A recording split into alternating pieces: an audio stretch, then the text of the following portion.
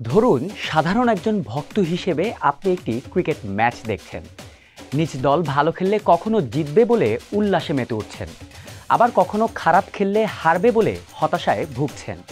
কোনো ক্রিকেটার ভালো খেললে তাকে বাহবা দিচ্ছেন, আবার কেউ খারাপ খেললে তাকে দুয়ো দিয়ে বেড়াচ্ছেন।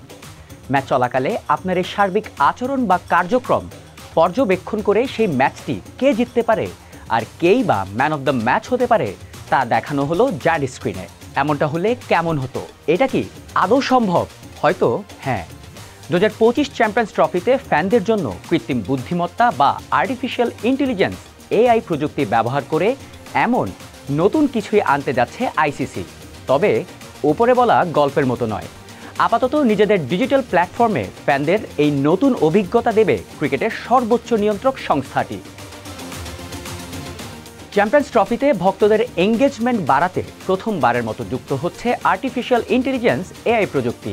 আইসিসির অফিসিয়াল ব্লকচেন পার্টনার নিয়ার প্রোটোকলের সহযোগিতায় এই উদ্যোগ নিচ্ছে সংস্থাটি। নতুন আইসিসি রিক্যাপ নামে এই ফিচারটি মূলত ব্যবহৃত হবে আইসিসির ডিজিটাল প্ল্যাটফর্মে। সেখানে এআই প্রযুক্তির মাধ্যমে match prediction, player of the match voting সহ অন্যান্য কার্যক্রমগুলোতে ফ্যানদের আচরণ পর্যবেক্ষণ করা হবে। পরে ম্যাচের আগেই ফ্যানদের জন্য একটি ভবিষ্যৎ ফলাফল তুলে ধরা হবে। চ্যাম্পিয়ন্স ট্রফির পুরো আসর জুড়েই এটি বিশ্লেষণ করবে এআই। সেটি দিয়ে প্রত্যেক ভক্তের জন্য তাদের কার্যক্রমের একটি ব্যক্তিগত রেকর্ডও তৈরি করবে প্রযুক্তিটি।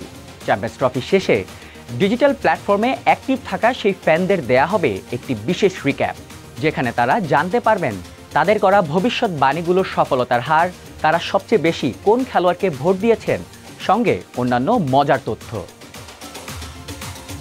2017 সালের পর প্রথমবারের মতো হতে যাচ্ছে ওয়ানডে ফরম্যাটের এই চ্যাম্পিয়ন্স ট্রফি।